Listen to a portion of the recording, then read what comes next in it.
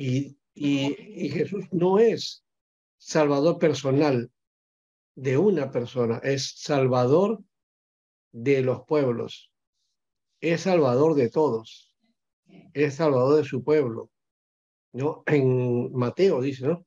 Él vino a salvar a su pueblo de sus pecados.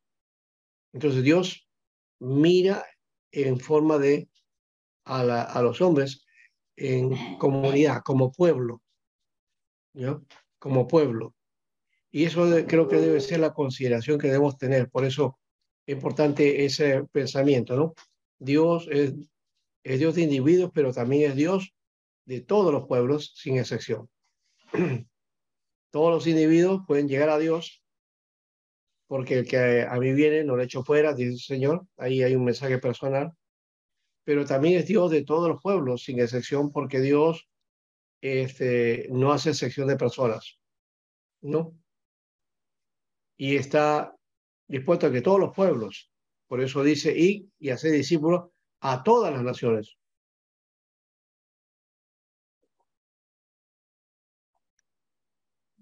Y estos profetas, aunque eran profetas para Israel, para Judá, también hacían, ¿no?, sus tareas para con los demás pueblos, ¿no? Predicaban también hacia los otros pueblos, ¿no? Y aquí vamos a ver, por ejemplo, el caso de Agdías. Agdías, vamos a ver si nos va, tenemos tiempo para ver para Amós, pero vamos a mirar a Agdías acá.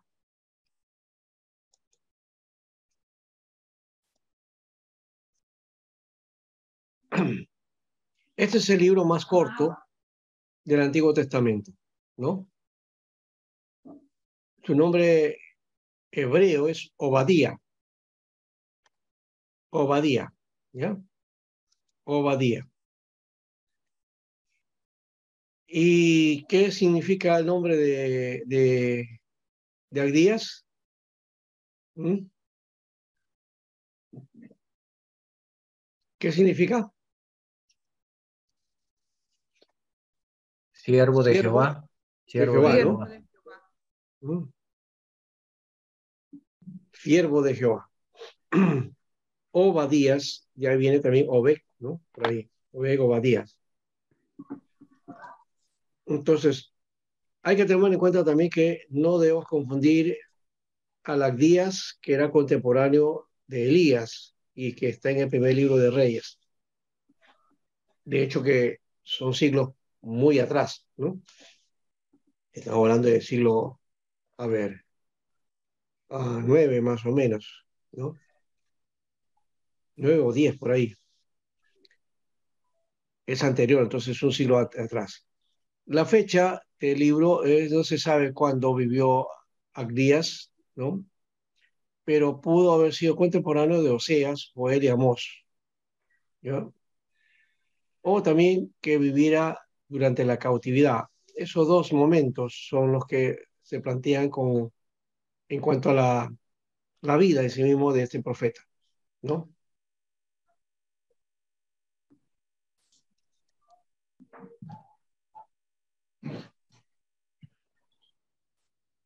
Ahora, la fecha del libro, por otro lado, la fecha del libro, ¿no?, fue cuando Jerusalén fue devastada, ¿no?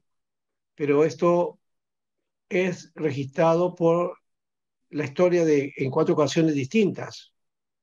Vamos a mirar entonces que es un acontecimiento que se repite continuamente en la propuesta, ¿no?, de la historia de Israel, ¿no?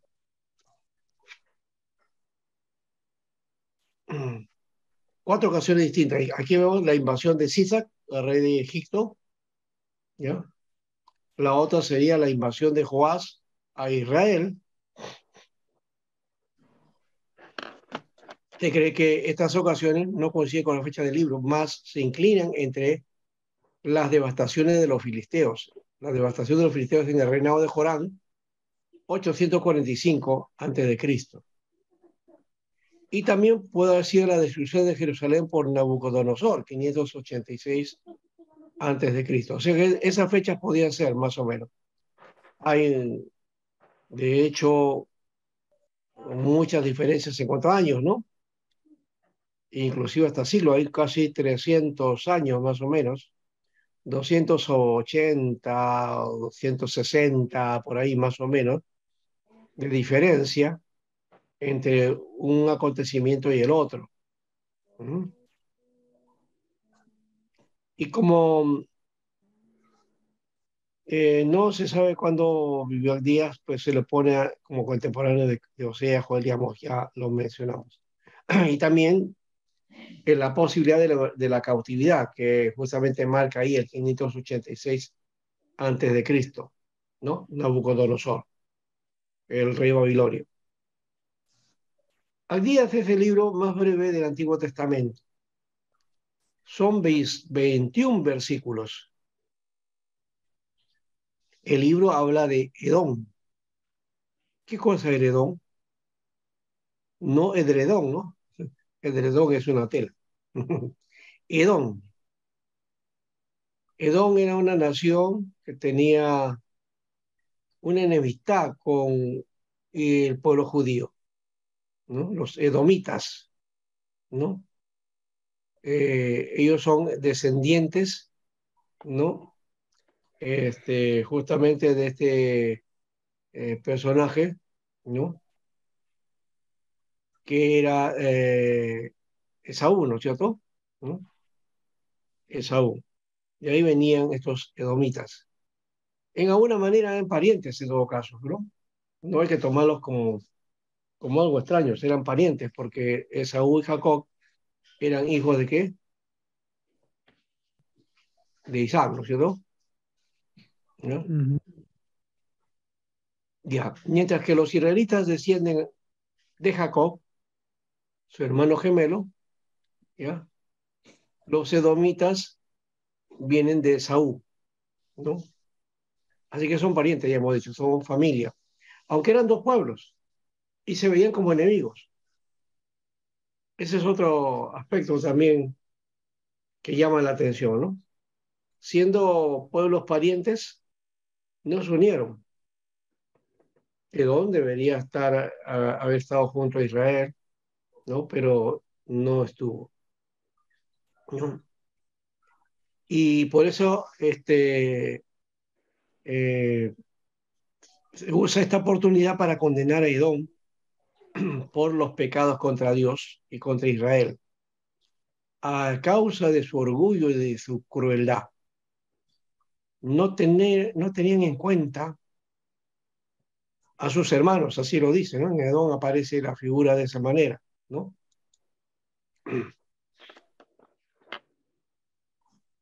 Era una disputa entonces entre hermanos que ha afectado a sus descendientes por más de 1000 años.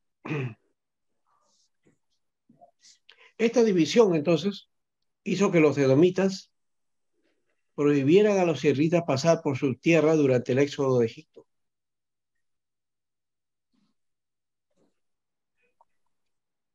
Los pecados de orgullo de Edom entonces requieren un juicio de parte de Dios. Y así Abdías profetiza la completa destrucción de Edom, ¿no? El pueblo judío sería el instrumento de Dios para la caída de este pueblo, Edom. ¿No? Fíjense que son familias, ¿no? No estamos hablando de un pueblo pagano totalmente, no, no, no lo era.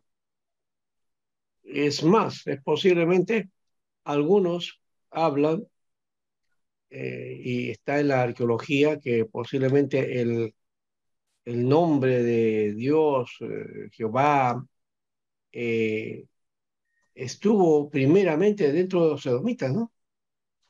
Había desde antigüedad, parece que estaban antes que inclusive de los israelitas, ya ellos tenían una idea acerca de Jehová, o tenían un Dios llamado así Jehová, ¿no? Que luego asume Israel y ya le da las características que aparecen en Israel, ¿no?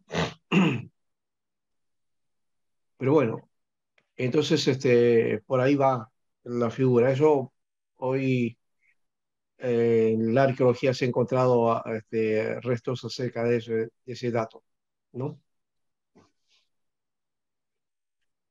Muy bien, entonces este mensaje tiene que ver con eh, Judá como instrumento de Dios para la caída de Edom, ¿no? El pueblo judío.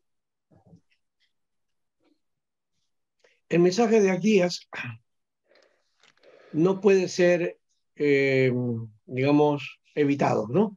Es ineludible. El reino de Edom será destruido en forma completa. Edom ha sido arrogante y se ha gozado en las calamidades de Israel. Y cuando habían ejércitos enemigos que atacaban a Israel y los israelitas pedían ayuda, los edomitas tomaban una actitud, ¿no? Y se negaban de optar por pelear contra ellos. ¿Ya? Optaban por pelear optaban por pelear contra los israelitas y no a su favor, ¿no?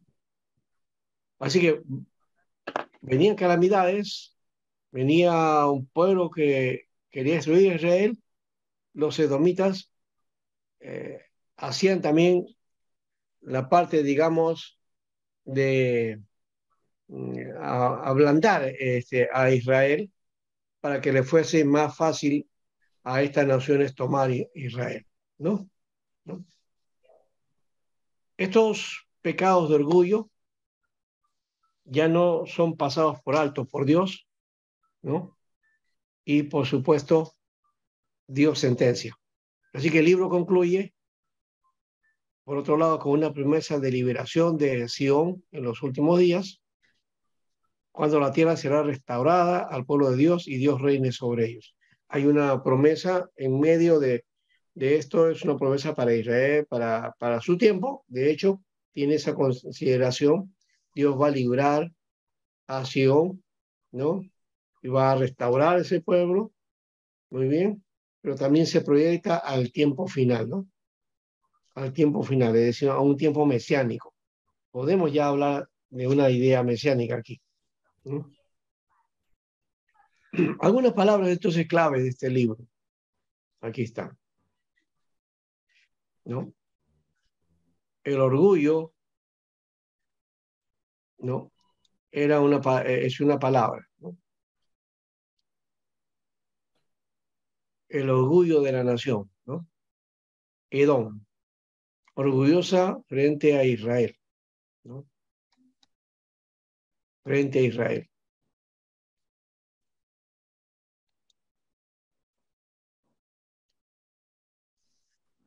Aquí tenemos, por ejemplo, también la palabra hermano, ¿no? Dos pueblos hermanos, pero dos pueblos hermanos que se odiaban, ¿no? Creo que eso no es tan raro, porque eso se da en la familia, ¿no? ¿Verdad? Se supone que entre los hermanos deberíamos ser los más estimados, los más allegados, estar juntos, compartir, ayudarnos, pero en muchas familias hay hermanos que se odian. Y creo que es una característica mucho más de lo que uno imagina, ¿no? Bueno, esto se dio en estos dos pueblos hermanos que se odiaban. ¿Ya? Ahora, yo no estoy diciendo que en todas las familias se dé eso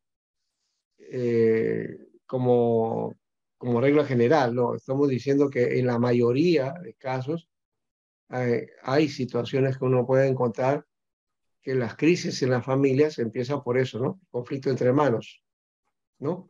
Ya sea porque eh, de pronto pues hay preferencias entre uno y otro por los padres, o también porque ven la posibilidad de las herencias que les corresponden y ya se están peleando desde temprano por eso, ¿no? O quizás porque el trato de uno frente al otro es diferente y se crea ahí una situación difícil, ¿no? Bueno, entonces, es una situación particular, ¿no? Que se da en las mejores familias, así que Israel y Edom pues no son una excepción.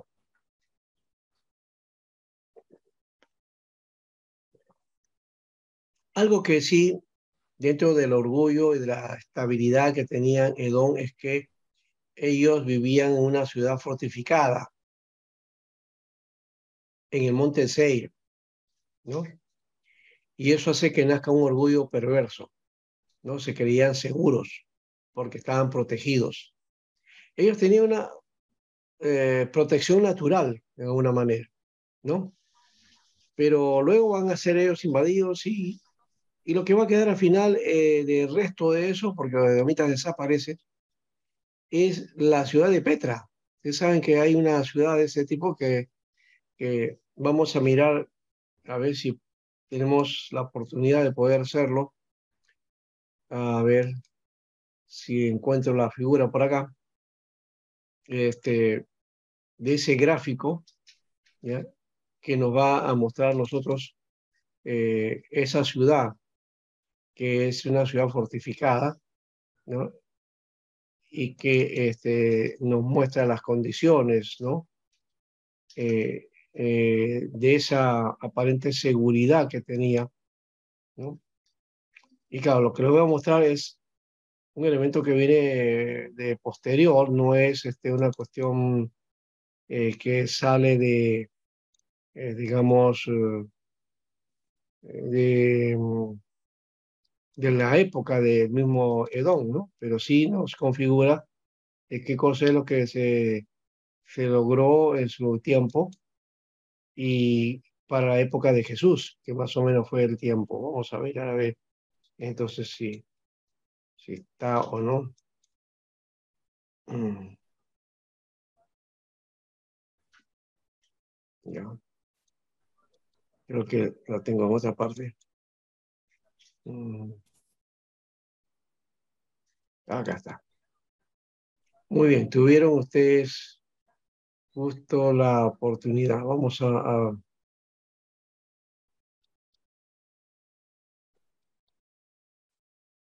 aquí está. Esta era Petra, es de la ciudad de los nabateos, ¿no? Pero más o menos por ese sector, ese es un resto que creo que más adelante va a invadir este grupo, ¿no? Y, y van a hacer una fortaleza ahí, una ciudad de piedra completamente. ¿Bien? Miren, una ciudad hecha en piedra, en la piedra misma. ¿Mm? Esto ahí parece en cuevas, parece tipo cavernícola, ¿no? ¿Mm? Petra. Aquí nos dice algo acerca de esto. ¿Mm?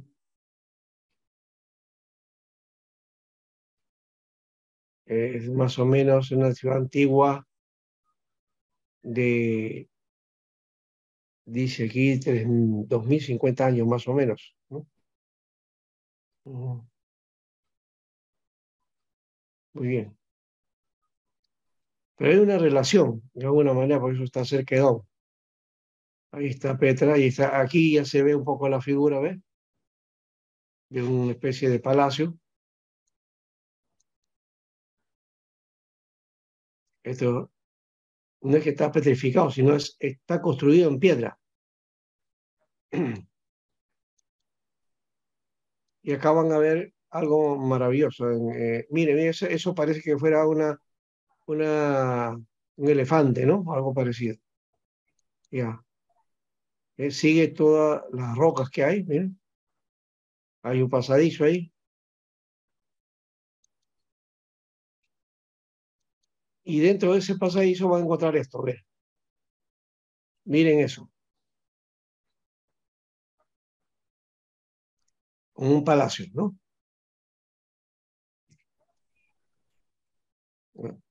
Y ahí se ve entonces esta ciudad de Petra, ¿no? Y Jesús habla acerca de eso, de cuando venga la persecución, huyan, dice, ¿no? A estos lugares, ¿no? Es la figura de Petra. Se ve el explorador, se ve su explorador de archivos, Tomás. ¿Están viendo la foto o no la ven? ¿La ven? No.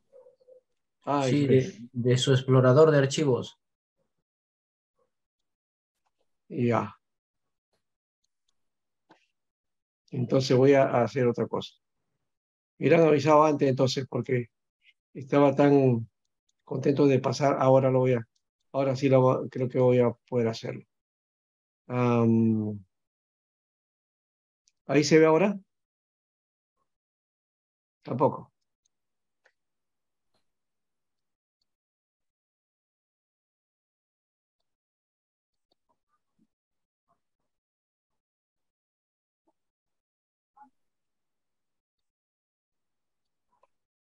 Ya, muy bien, ahora sí. Ahora sí lo van a ver. ¿Está bien ahora? Miren, ¿se ve? Ahora sí, pastor. Ya, a ver. Ah, acá está la famosa Petra. Pastor, mejor júntalo todo, sombrearlo y mandarlo al grupo para verlo ahí, en el WhatsApp. Está bueno, no, eso solamente para darnos una idea, ¿no? Ese está al sur. Cuando uno va a Israel, esta es una opción para ir a Tour, eso es al ¿Sí? desierto, Pastor, ¿qué? ¿no? ¿Ahí vivían los incas? Ok. Sí,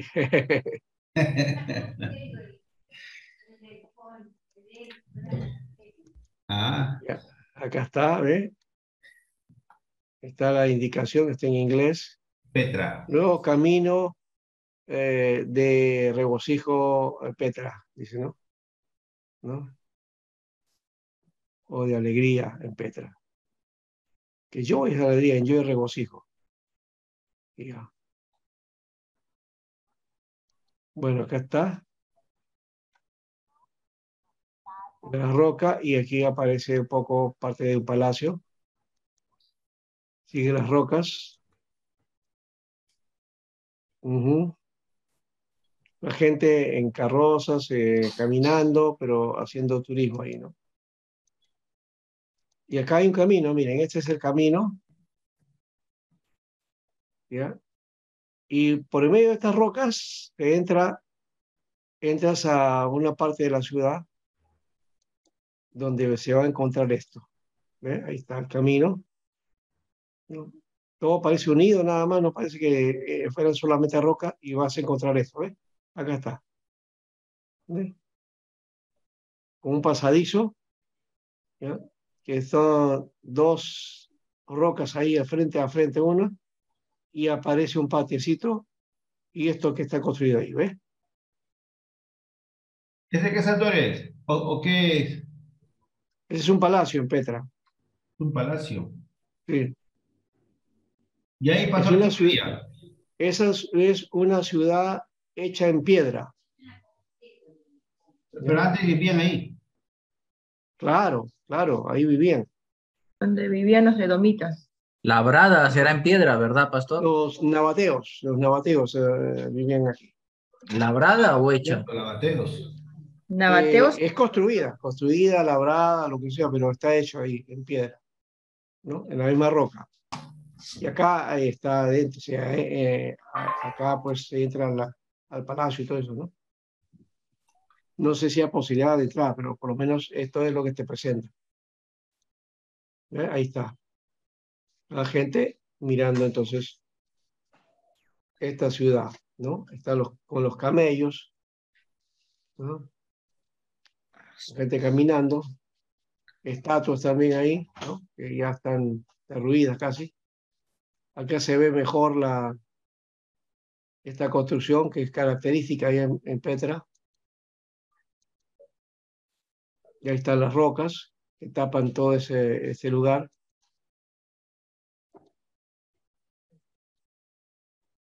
Y está la parte externa, donde se ven construcciones también, pero casi derruidas. Ve, ahí está. Ahí está parte de la puerta del palacio. Y miren, se ve aquí esas dos rocas. Por aquí está el caminito, ¿no? El ingreso, Caminito ¿no? estrecho. Sí, camino ¿Cómo se ha, estrecho. cómo se ha ingeniado para hacer esos muros, ¿no? Esas columnas? Sí, pues es una obra pues tremenda, ¿no? Miren, ahí está. Ve.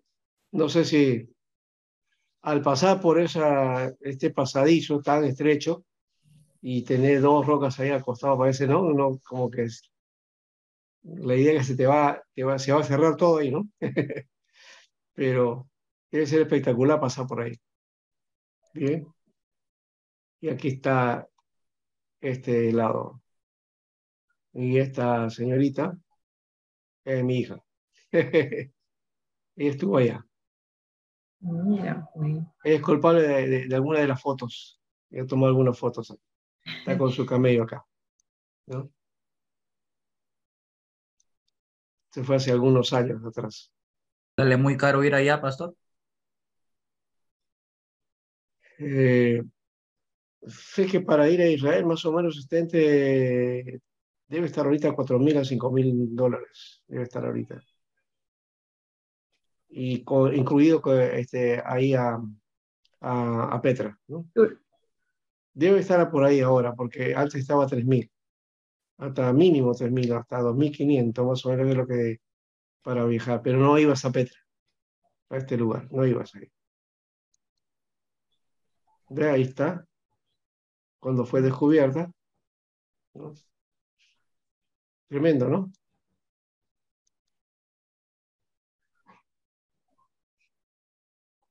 Una ciudad hecha de piedra. Ujú. Muy bien. Eso es lo único resto que hay, de hecho, ¿ya? Y que muestra más o menos la idea de lo que pudo haber sido Edom, ¿no? Que es la contraparte. Edom, los nabateos vinieron, dominaron, los edomitas destruidos y se tomó esta ciudad que es Petra, que es un lugar de refugio, ¿no? Lugar de refugio.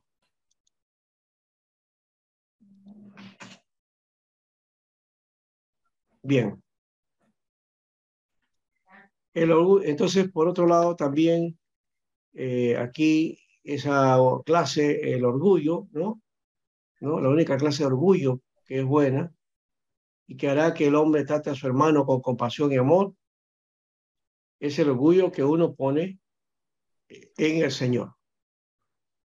Bueno, algunos dicen que no hay ese orgullo, algunos plantean el orgullo santo, dice, ¿no?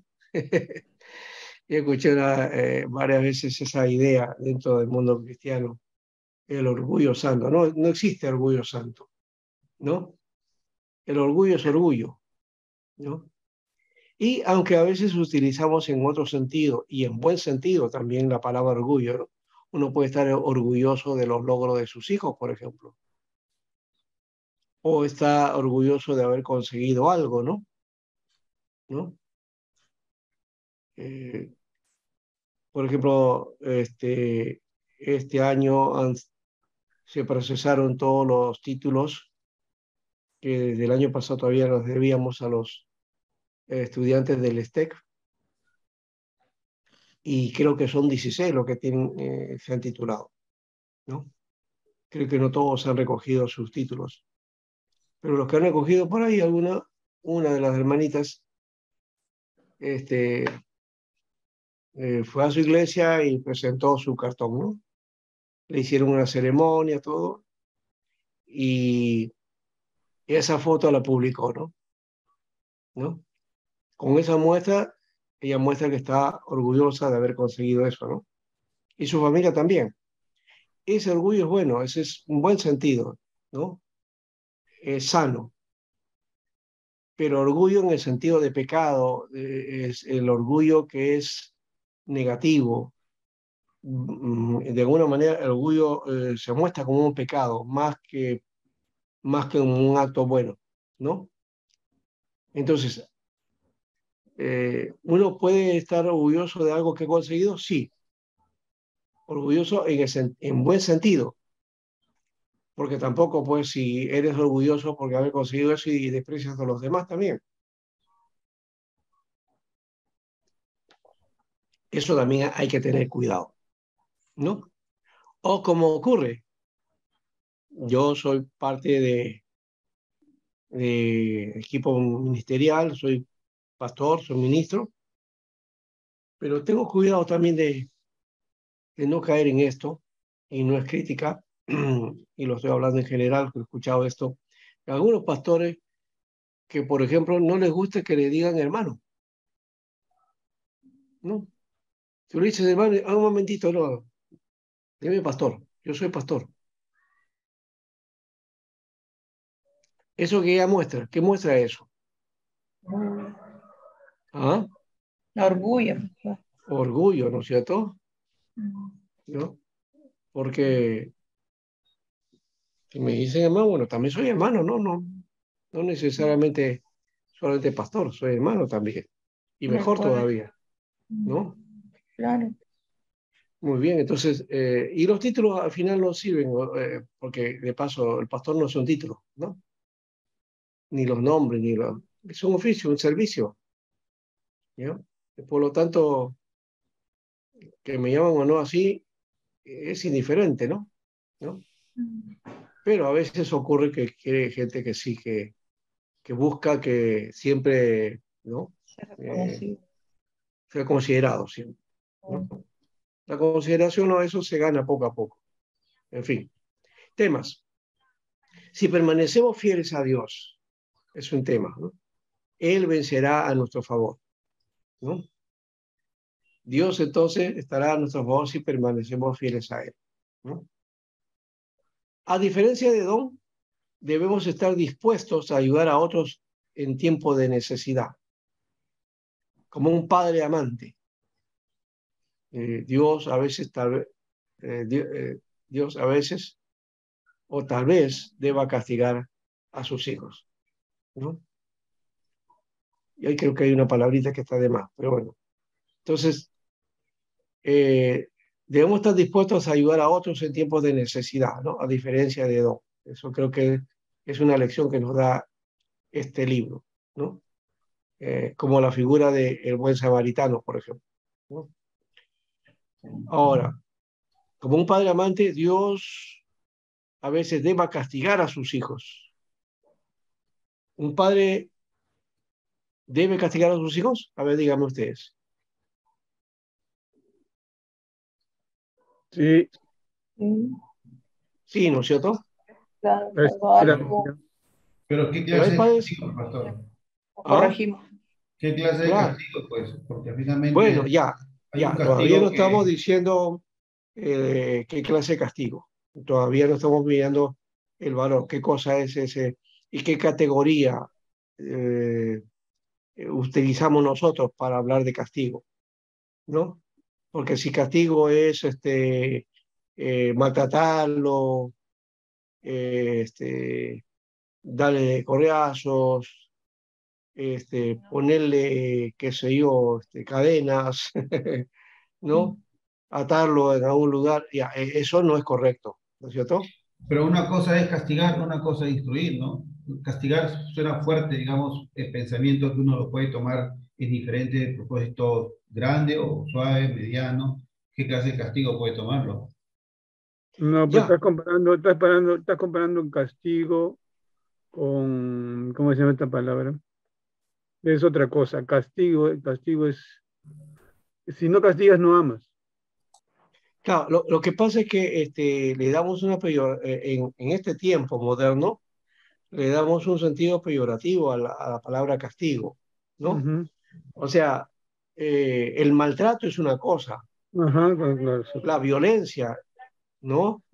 La Ujú. violencia, el uso de violencia, el uso de la fuerza, eso no es castigo, eso no sería castigo de ninguna manera, ¿no? Claro, pero en estas circunstancias, digamos, antes el castigo era más fuerte que ahora. Claro, lo era y antes sí había ese tipo de cosas, por ejemplo, Ya, este, el padre a veces hacía uso le daba de cachetadas a su hijo, ¿no? Y el hijo tenía que estar callado.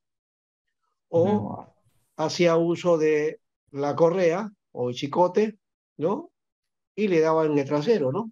Y calladito, nadie decía nada. ¿Cuántos de nosotros hemos sido educados de esa manera? Hay generaciones que hemos vivido así, ¿no? Claro. Y después las siguientes generaciones ya dejaron de hacer eso, ¿no? Porque lo veían como que es maltrato, ¿no? ¿No? Pero hay que tomar en cuenta que esa generación, pues, psicológicamente no ha sido mala, ¿no? ¿No? Ha contribuido bien, porque ha habido rectitud en alguna manera. Pero ahora, bueno, ya no se da esa figura, pero justamente al no darse una actitud de rectitud dura, restringida, estamos viendo una sociedad ahora con traumas, con problemas psicológicos, ¿no? Una sociedad enferma. ¿Por qué? Porque no ha habido el valor de sentenciarlo cuando ha errado o se ha equivocado o ha desobedecido. Entonces, el castigo puede ser, ¿no? Digamos, quitarle aquello que le gusta o algunas actividades que quiere, pues simplemente tendrá que dejarlas hasta por un tiempo, ¿no? Eso también, eso sería una forma de castigo, ¿no? Las primeras medidas son eso. Claro.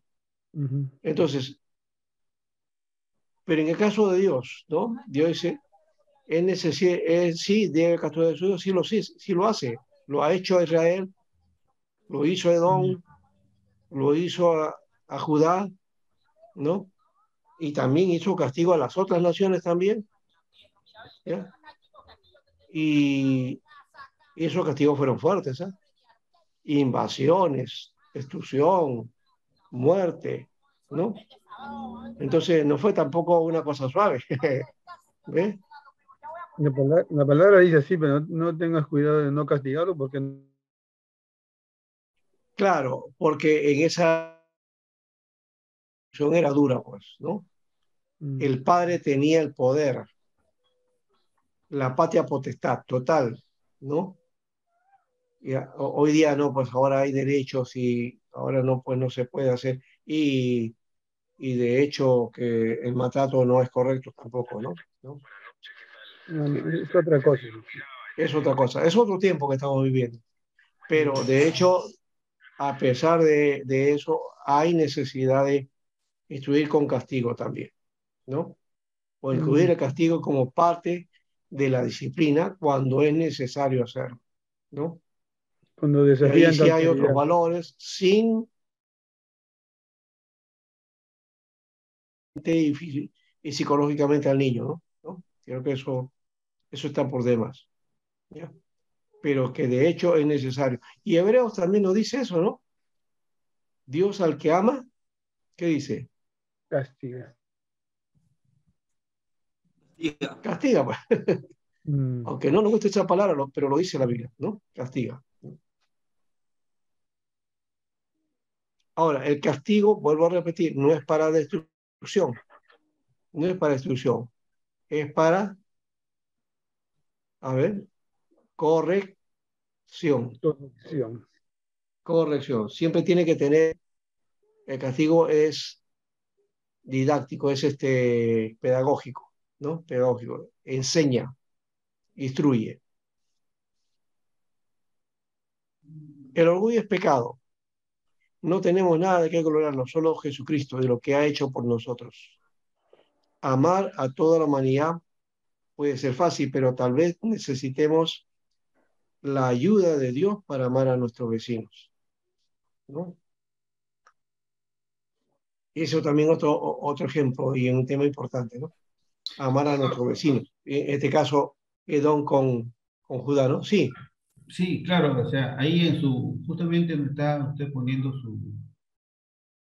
esa, arribita dice, ¿no? Dice que Dios a veces puede usar la naturaleza, el dolor y otras circunstancias para acercarnos más a Él, ¿no? Ajá. Sí, sí, él, eso es también, por eso mismo viene el castigo, ¿ya? Porque al final hay una cosa, cuando los padres han practicado esa forma de crianza, cuando uno ya es maduro y van los años, valora eso, ¿no? Ah, mi padre me hizo eso porque quería corregirme, ¿no?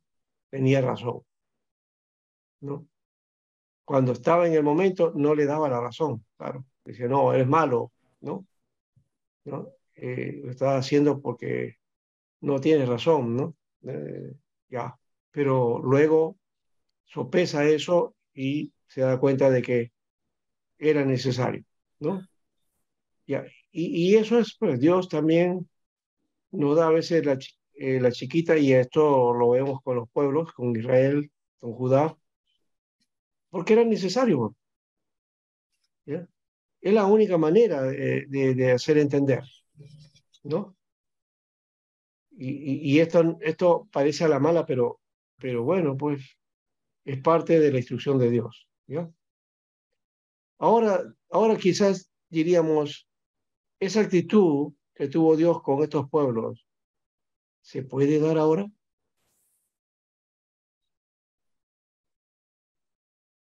Silencio, ¿no? Son otros tiempos, pastor. Bueno, son otros tiempos, pero Dios no ha cambiado, ¿no? Ese mismo Dios de ayer, hoy y siempre. Claro. Ahora, Dios no va a utilizar pues una nación, un pueblo, un invasor, no, quizás no sea esa figura, pero hay otras formas que Dios puede Claro, por eso utilizar, decía otros tiempos, ya, otros claro, medios, otras figuras, Es otra que, otros manera. pastor, medios.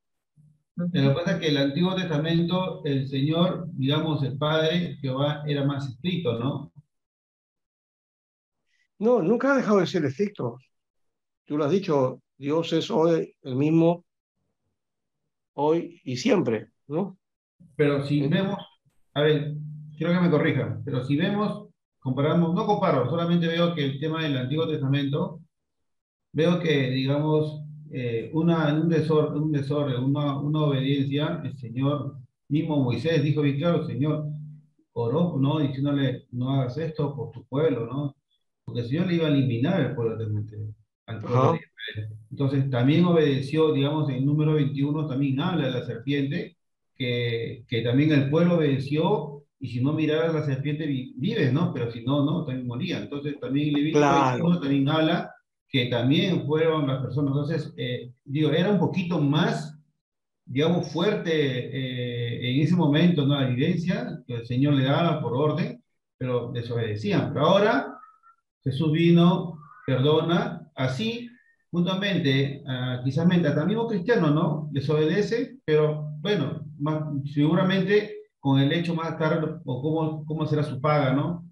Pero no comparando con el Nuevo Testamento, lo de antes era más, veo que era más estricto, ¿no? O sea, Aparentemente, porque si no, fíjate lo que sucedió con Ananías y Zafira, ¿no? también, claro. Y el temor que tuvo que venir al pueblo por eso que había ocurrido, ¿no? Entonces, con un juicio sumario. O sea, algunos piensan que el Dios del Antiguo Testamento es de una manera y ahora en el Nuevo se presenta de otra manera o otro carácter. En todo caso, serían dos dioses, si no son, no es lo mismo. No, es lo No mismo es Dios, así, claro. es el mismo Dios, Claro. pero actuando de maneras diversas porque las situaciones lo requerían así, ¿no?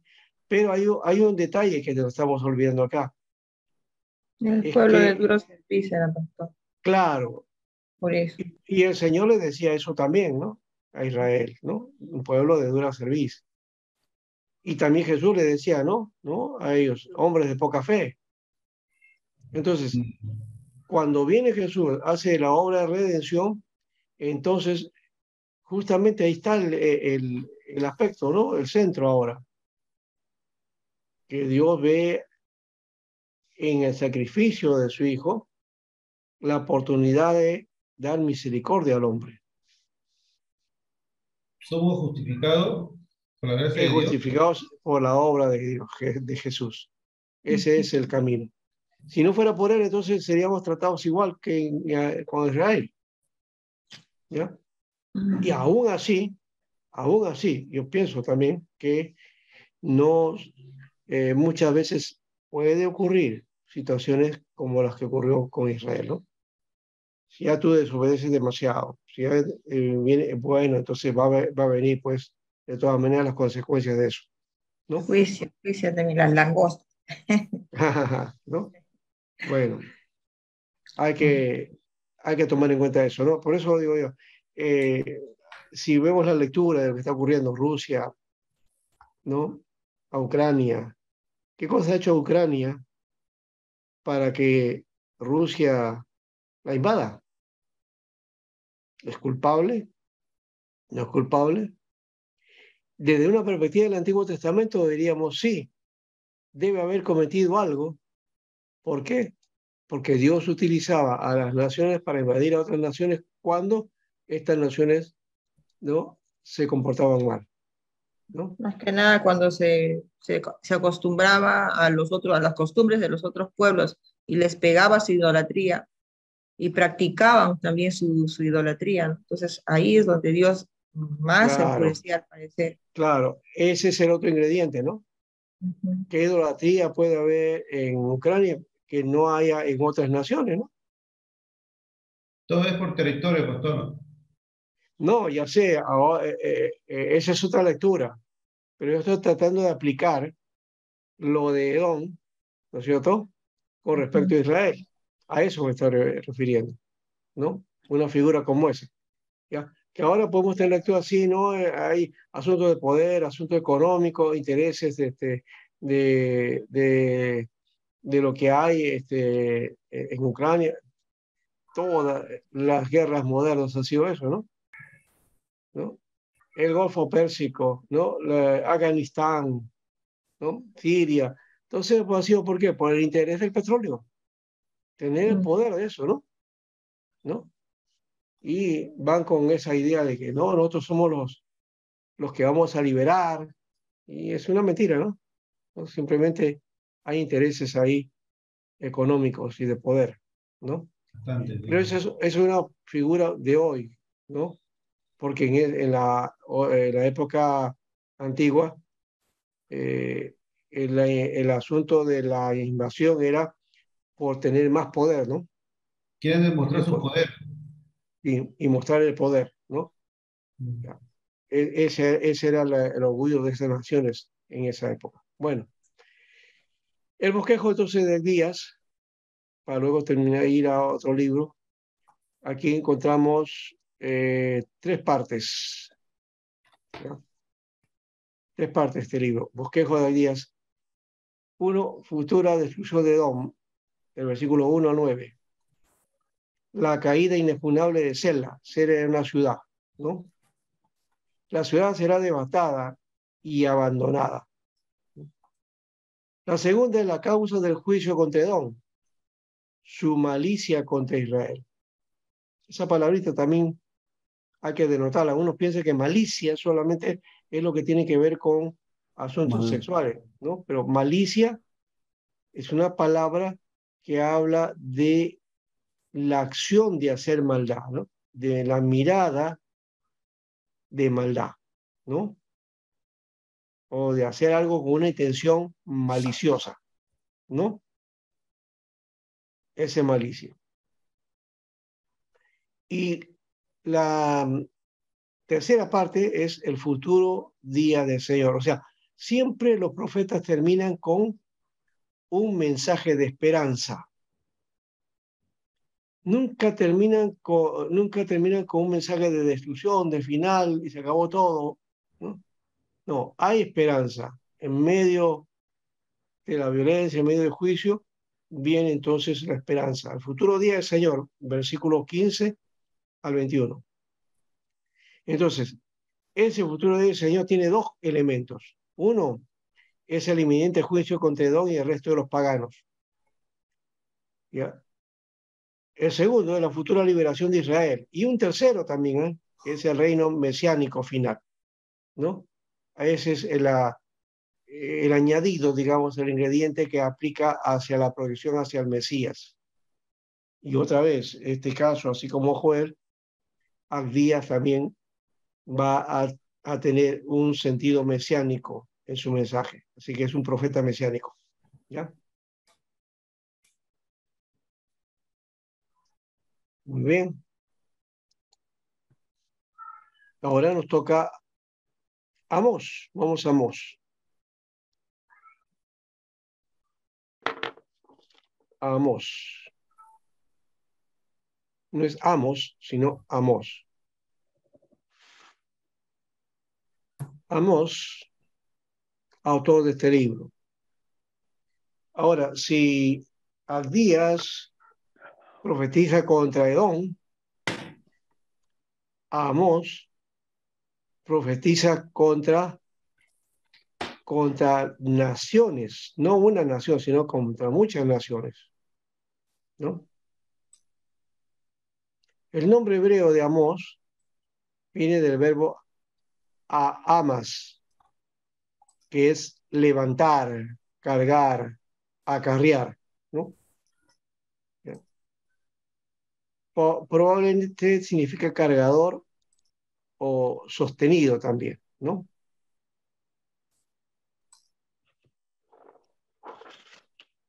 ¿Qué más? Entonces, Amós, que de paso fue un profeta que él mismo que se conserva como que no era parte de los profetas, porque él decía que no era profeta ni hijo de profetas, ¿no? Parece que fue un hombre de cierta condición económica, ¿no? Y que llegó a tener una visión de su realidad, sabía de política internacional, sabía las situaciones que ocurrían en las ciudades, en los pueblos, ¿no? Y de eso predica, ¿no? Ahora, ¿qué más tenemos entonces de Amós, que era el predicador y el que en su mensaje habla del despertar del león, ¿no? El despertar del león. Amós.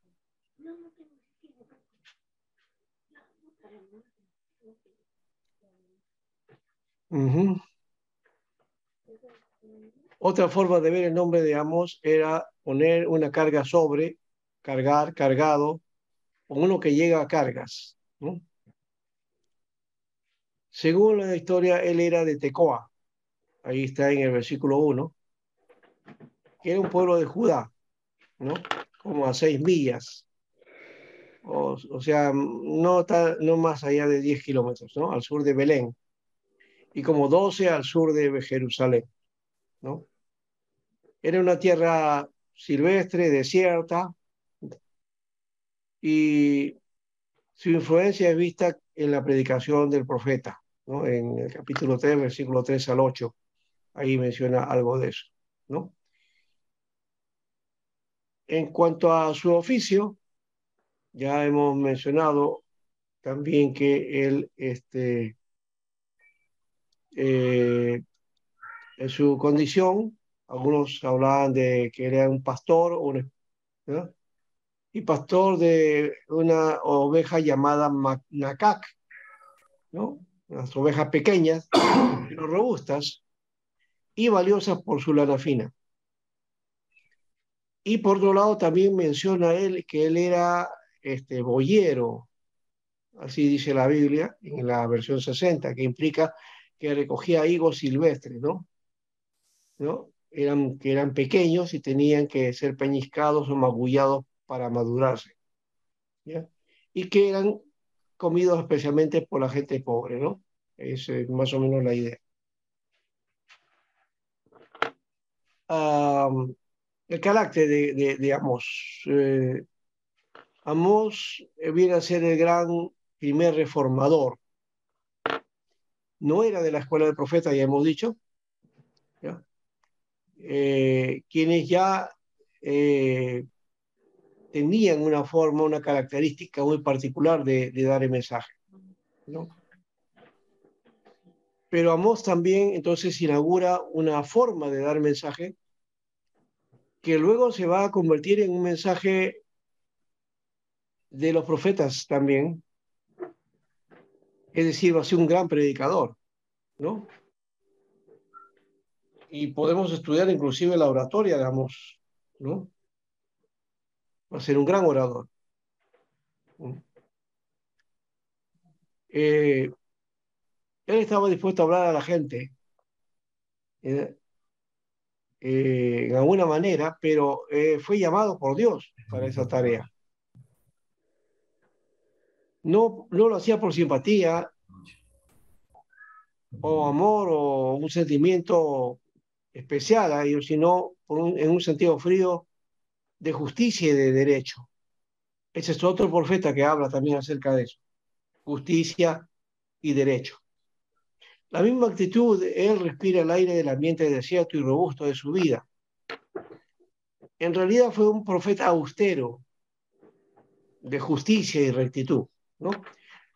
Una cosa es ser austero y otra cosa es ser duro, por si acaso. No era un profeta duro, ¿no? Sí predicaba con rectitud, sí predicaba con justicia y es necesario que sea así, ¿no? Ya. Más o menos la fecha de este libro, posiblemente cerca de 755 a.C., ¿no? El fondo es el siglo VIII, periodo de gran prosperidad, tanto de Israel como de Judá, y que trajo también grandes peligros, ¿no?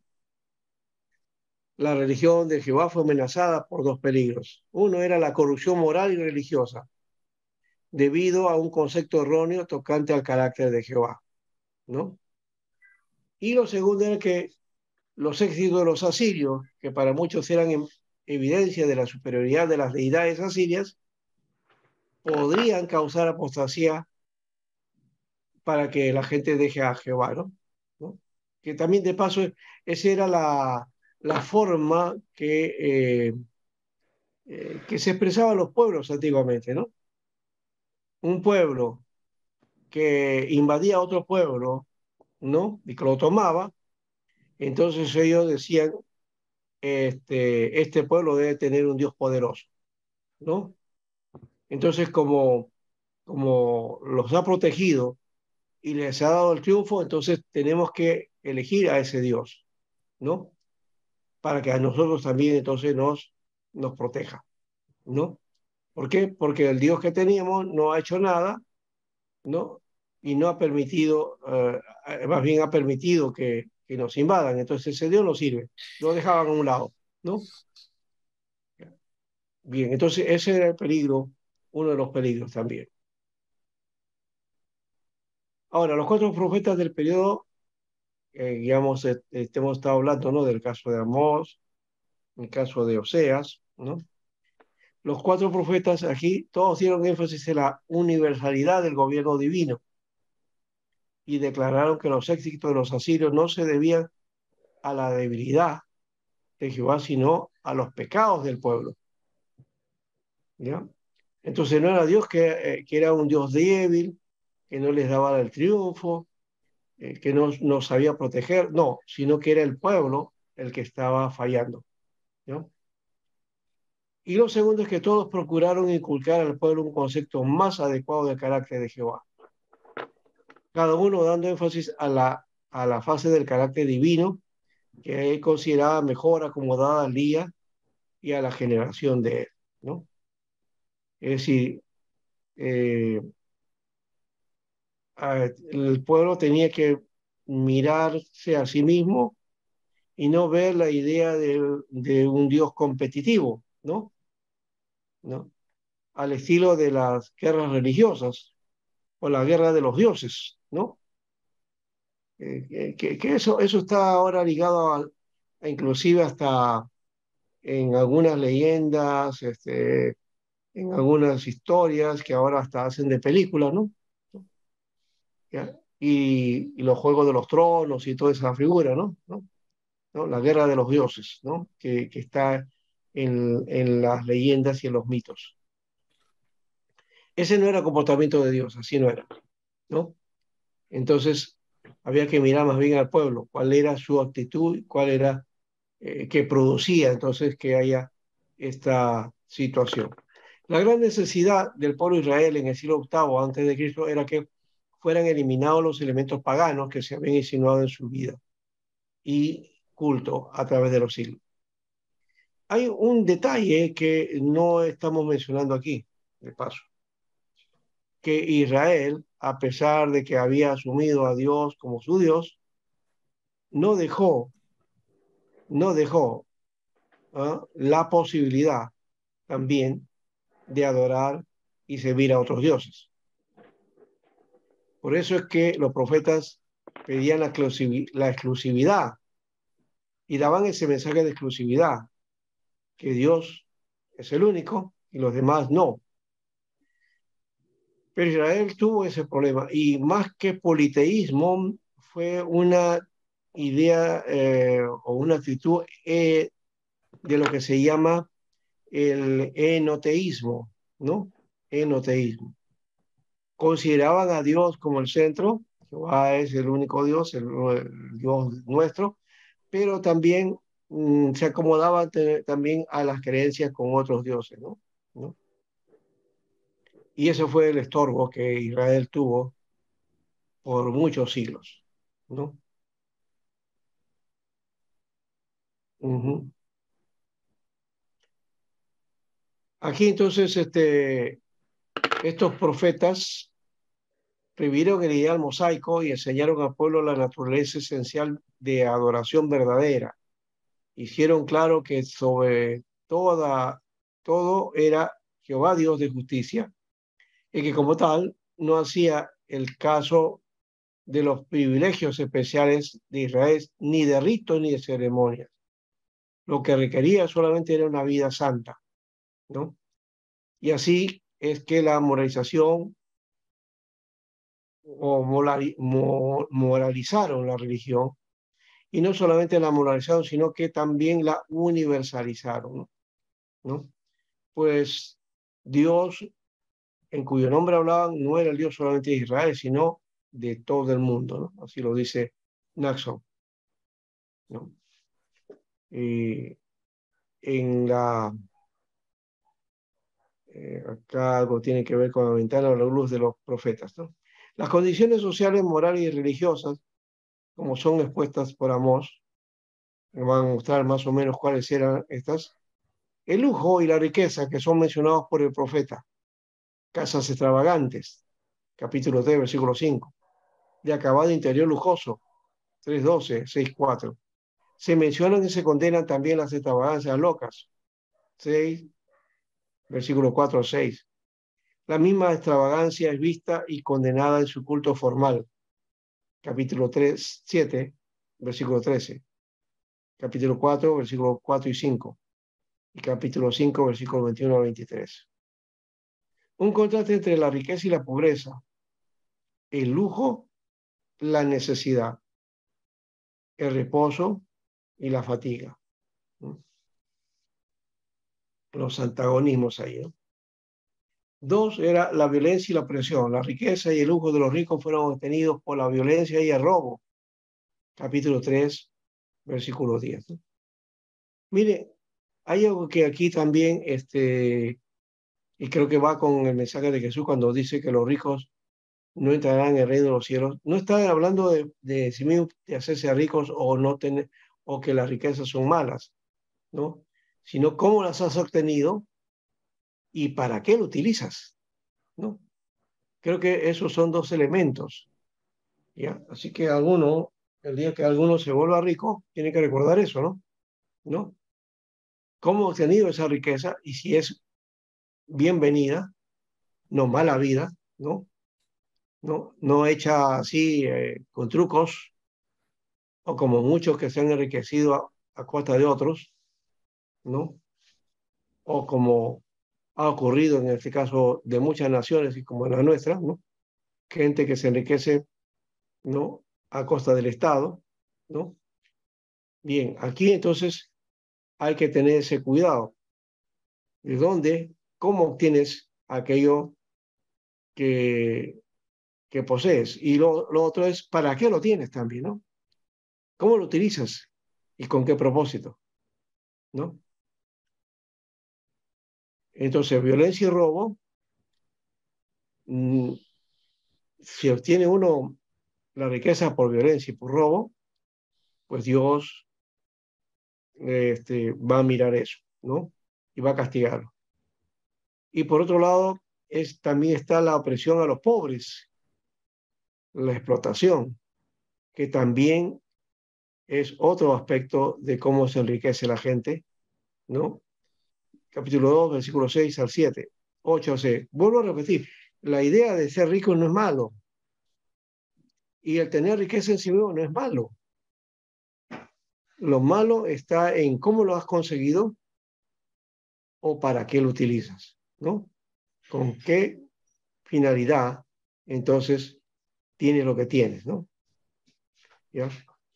Por otro lado, entonces está también el hacer negocios deshonestamente.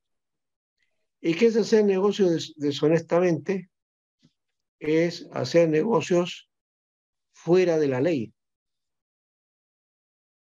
fuera de la ley, fuera de elementos legales, del orden jurídico, del orden adecuado, de lo que viene a ser, pues, una transacción abierta, ¿no? Y que debe ser, pues, limpia, ¿no? ¿No? Sin ninguna recoveco por ahí de oscuridad, ¿ya? Y eso creo que en nuestro país hay mucho de eso, ¿eh? Lastimosamente, ¿no? Negocios turbios y por eso tenemos corrupción, ¿no? Y no solamente corrupción del Estado, ¿eh? Por si acaso estaba hablando de eso. Hay 4 aspectos o 4 delitos, diríamos, que tenemos en el país muy fuertemente y que dominan el país, ¿no? Uno de ellos es el narcotráfico. ¿Cuánto dinero el narcotráfico está entrando, ¿no? Por como le llaman, el lavado de dinero, ¿no? ¿Ya? Y que está entrando digamos, al mercado, al negocio, a la economía peruana. Es muy fuerte, ¿no? Y aunque algunos no quieren que digamos que es un país narcotraficante, pero sí lo somos en alguna manera. Hace años que estamos en eso, ¿no? Y ese milagro económico peruano, no lo creo, es parte de ese aspecto también. Pero bueno, el segundo de eso es la minería ilegal, millonadas de soles que produce la minería ilegal. Y de hecho que hay explotación, pobreza y todo lo demás, ¿no? Y la miseria que dejan también alrededor de la explotación de la minería, ¿no? Luego otro delito es el delito de la trata de personas. Es fuerte. ¿Saben ahora que esta chica que dijo que la habían secuestrado y todo lo demás? Bueno, eso no es nada con respecto a lo que la estadística nos dice. ¿Saben cuántas mujeres han desaparecido en este año? Hay más o menos 3.528 mujeres desaparecidas, entre jóvenes y más o menos, ¿no? De un promedio. Y que no se sabe mucho de ellas, ¿no? Algunas posiblemente las pueden encontrar muertas, hay muchas que las encuentran muertas, y hay otros casos, pues, son llevadas para la prostitución y para otras cosas por ahí, ¿no? Trata de personas. Y el cuarto delito es de árboles, ¿no? ¿Ya? En la selva. Y ahí como capturan a jóvenes, hasta niños ahí, ¿no? Para eso. Y no hay una legislación para estas cosas, ¿eh? son leves, muy leves. Pero bueno, ahí vemos entonces que hay una situación moral muy fuerte, ¿no? Una situación difícil en nuestro país, ¿no? Bueno, la violencia, ¿no? Lo otro también aquí es recibir cohecho y presentes, capítulo 5, 11 al 22.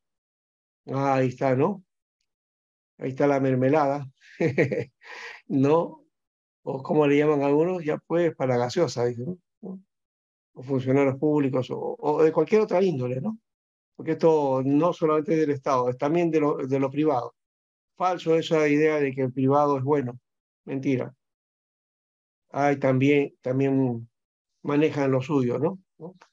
Para tener dominio, tienen que comprar en el proveedor, ¿no? O buscan ahí el medio ahí para tratar de sacar a la otra empresa y apoderarse de la otra y así, ¿no?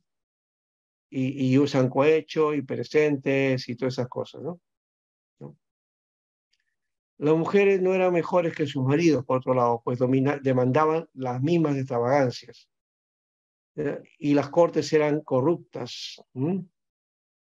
Ahí está capítulo 5, versículo 7, 10, 12 y capítulo 6, versículo 12. Se practicaban inmoralidades sin sentir vergüenza, capítulo 2, versículo 7. Los mercaderes perdían la paciencia cuando eran interrumpidos por los días religiosos, ¿no? Porque más importante era el negocio, ¿no? Que las cosas de Dios. Así que la gente alrededor de Amós confiaban en el favor divino por dos razones. Primera eran los elegidos de Jehová y él los había traído de Egipto y por eso seguramente continuarían cuidando de ellos. Y segunda, que ellos atendían a todos los detalles de su culto. Pero esto para Amós era cañas quebradas. Era un mensaje de perdición, hacía esa seguridad de que porque tenemos culto, hacemos culto, servicio, adoramos a Dios porque estamos en el templo, hacemos sacrificio, ya con eso, y porque confiaban en que como Dios los había sacado de Egipto, pues todavía seguía y Él los va a cuidar de ellos, ¿no? Pero no tenían una actitud de cambio, ¿no? Bueno, ahí vemos ese aspecto. Y vamos a continuar con Amós la próxima semana, ¿no? Porque ya estamos en el tiempo. Pero a ver si hacemos una lectura de Amós, ¿ya? ¿Ya? Quiero que ustedes me vean una cosa con Amós, ¿no? Las formas y el detalle de cómo predica, ¿ya? Y la forma en que introduce su mensaje. ¿Cuál es la fórmula que utiliza Amós? ¿Ya? Vean en los primeros capítulos se va a encontrar eso, ¿ya? Y vean la forma en que inicia su mensaje, ¿ya? ¿Qué cosa es lo recurrente? ¿Qué es lo que, digamos, es algo continuo, ¿no? Que se va repitiendo en cada mensaje, ¿ya? Analícelo y la Pastor, próxima semana lo vamos a ver. Sí. Amós tiene 9 capítulos, cada uno o como que, o sea, solamente la No, biografía de Amós. no, estoy hablando del libro de Amós, que ustedes léanlo, y en el mensaje, cómo va iniciando sus mensajes a las naciones, Ah, ya, ya. especialmente eso, ¿ya? ¿Ya? Y vean la característica de cómo inician los mensajes, ¿no? Cuáles son las frases, cuáles son el pensamiento recurrente, ¿no? ¿No? Que introduce para mostrar luego la condición de ese pueblo, ¿ya? ¿Me dejo entender? ¿No? Hay una formulita que Amós va a mostrar en cada mensaje a las naciones, ¿ya? Es una fórmula recurrente. Eso es lo que tienen ustedes que descubrir ahí en la lectura de Amós, ¿ya? Lean todo Amós y después van a descubrir ese aspecto, ¿ya? Muy Ya. bien. Ahora sí, nos volvemos, nos vamos. Creo que había hecho un trabajo, ¿no? Había dejado algo, ¿no? ¿No?